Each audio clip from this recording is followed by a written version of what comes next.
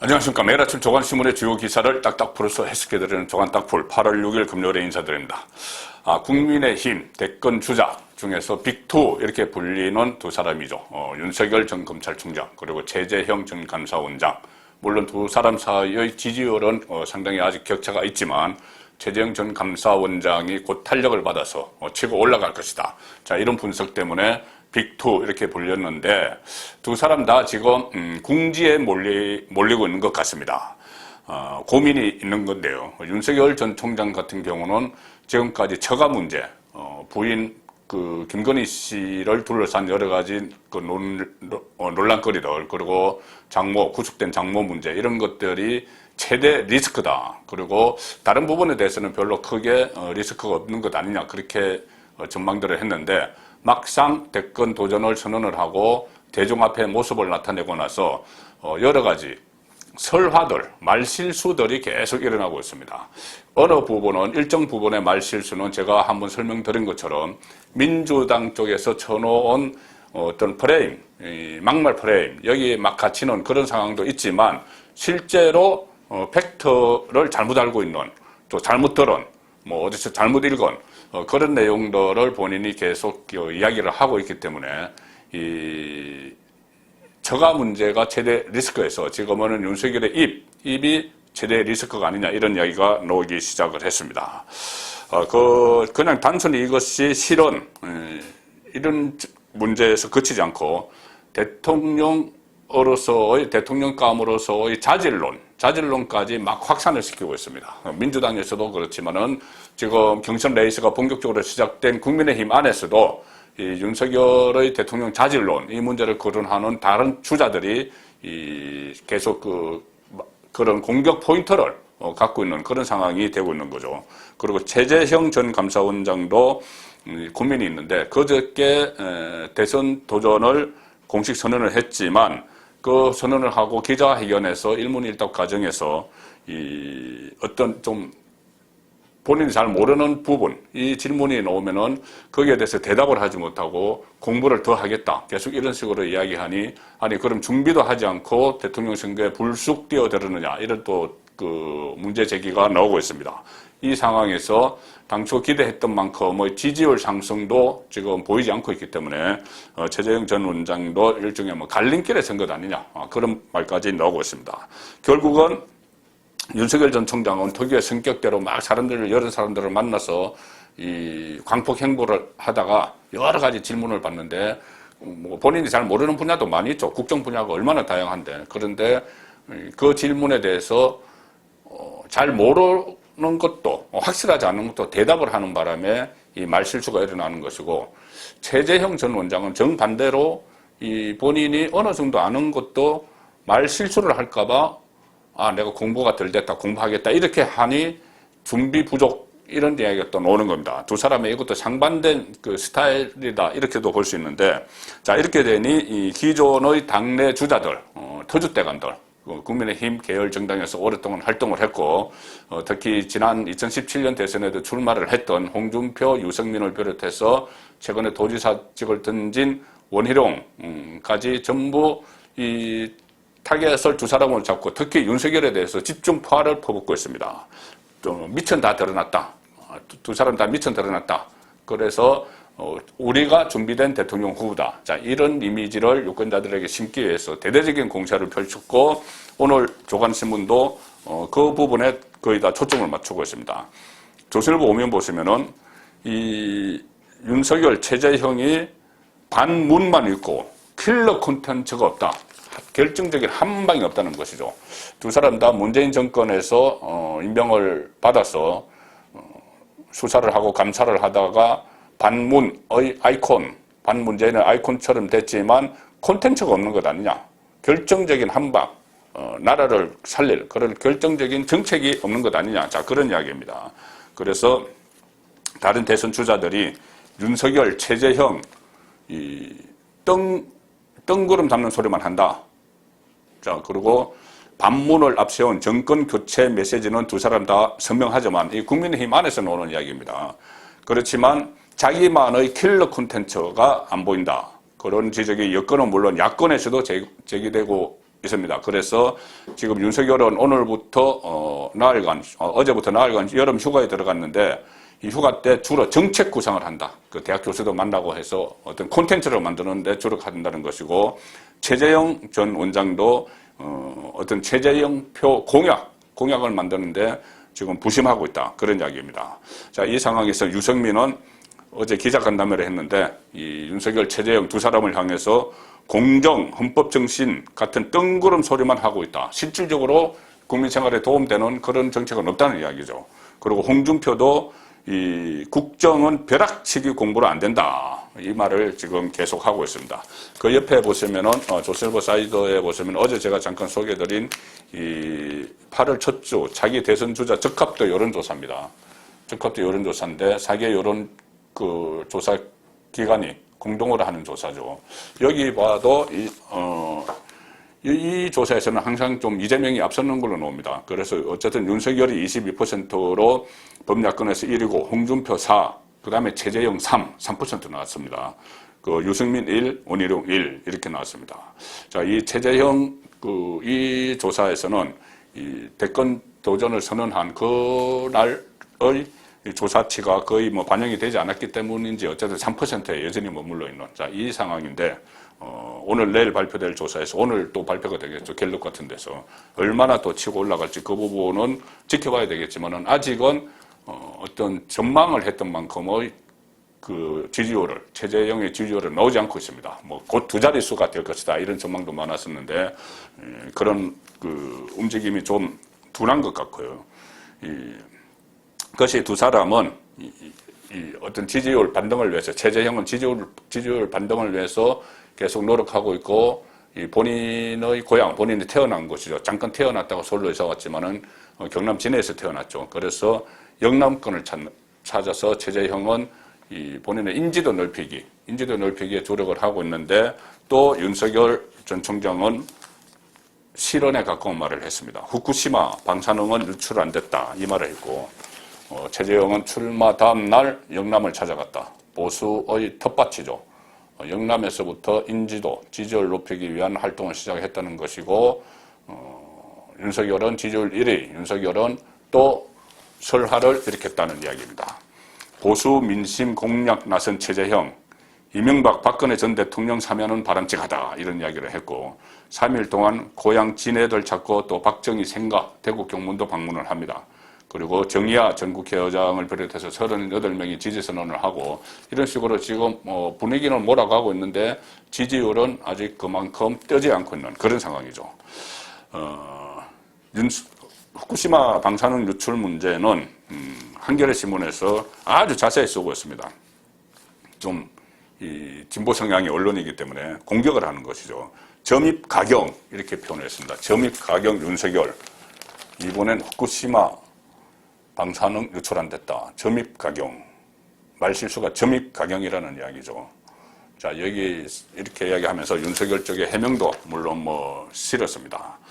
자, 그동안 주 120시간 노동, 부정식품 이런 그 논란을 일으켰는데, 이번에는 부산일보와 인터뷰를 하면서 원전 자체가, 후쿠시마 원전 사고와 관련해서 원전 자체가 붕괴된 것은 아니다. 방사능 유출은 기본적으로 안 됐다. 이렇게 말을 했습니다. 했다가 이게 논란이 되니 부산일보에서 한 4시간 만에 일단 그 인터넷 파는식을 또 지우기도 하고 이런 일이 있었는데, 윤석열의 말은 이거였습니다. 우리나라에 들어오는 원전이 체르노빌하고는 다르다. 일본에서도 후쿠시마 원전이 폭발한 것은 아니다. 완전히 폭발한 것은 아니다.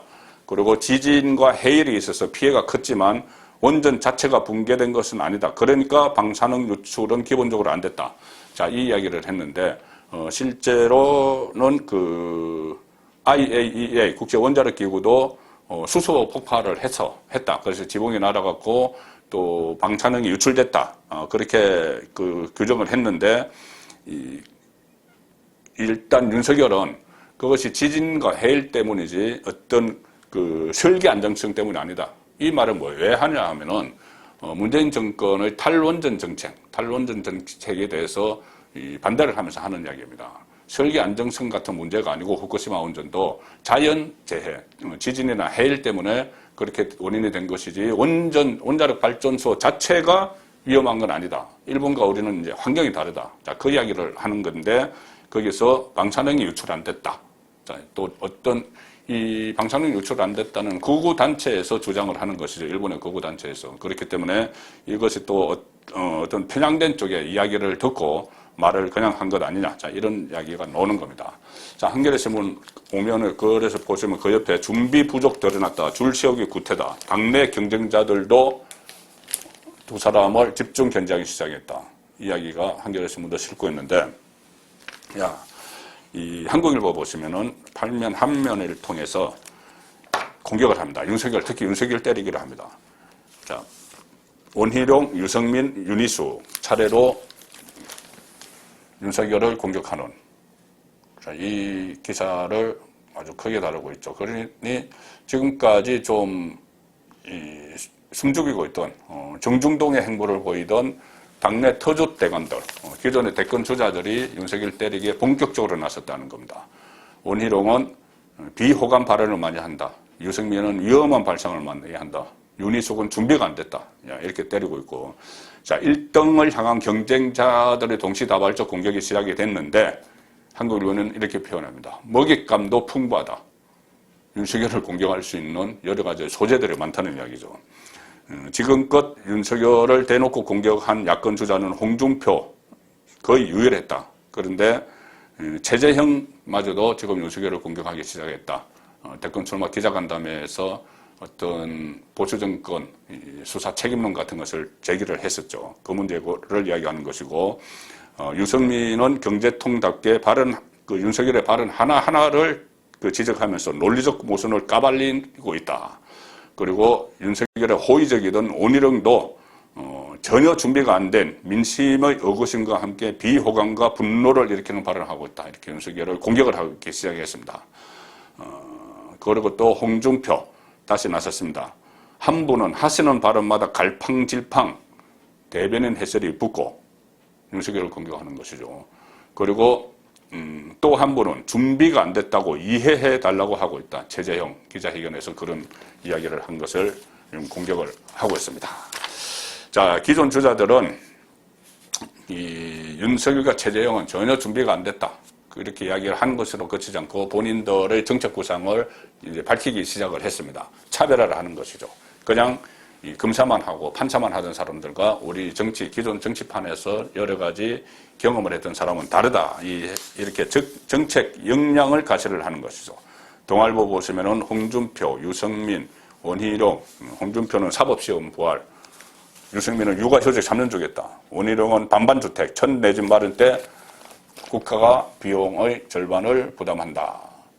그리고 다른 5명의 기존 주자들의 정책을 쭉 설명을 하고 있습니다. 지금까지는 너무 윤석열, 최재형 중심으로 반문, 어떤 정치 논리로 이야기를 했는데 지금부터는 정책 검증에 좀 들어가는 그런 모습이죠.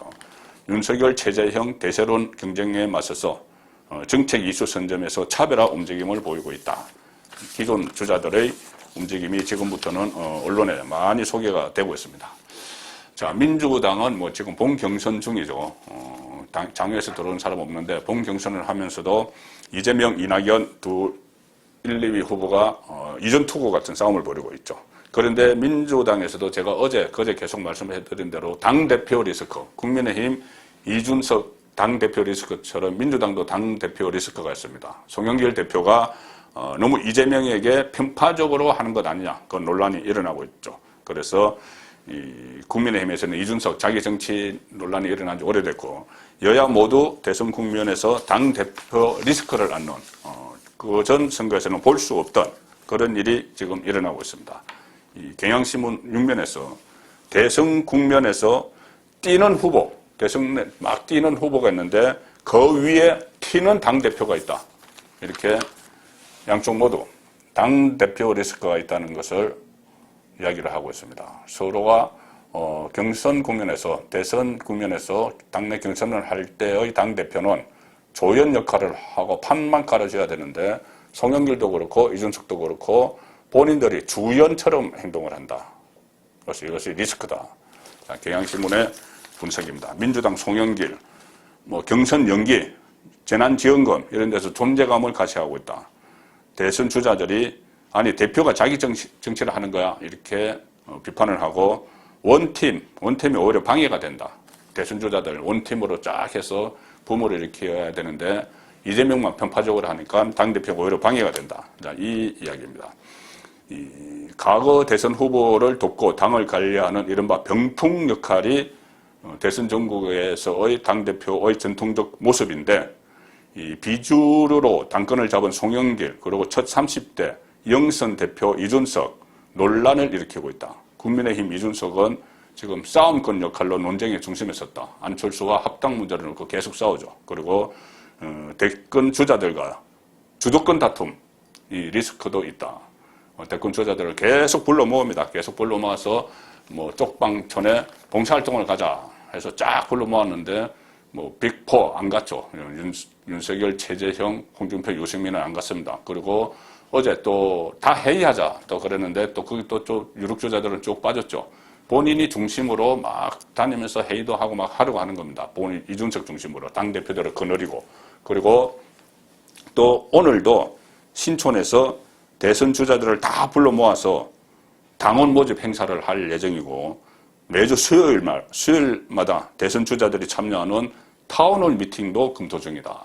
자, 이준석이 앞장서서 본인 중심으로 대권 주자들을 일제히 몰고 다니려고 하는. 자, 그런데 대권 주자들이 뭐 거기에 넘어가지 않죠. 넘어가지 않기 때문에 당분 어쩌면 조만간 이준석에 대해서 이 어떤 역할을 제한시키는 그런 논란이 일어날 가능성도 있습니다. 자, 오늘 조선일보 일면 톱은 동맹보건 석 달 만에 시험대에 오른 한미.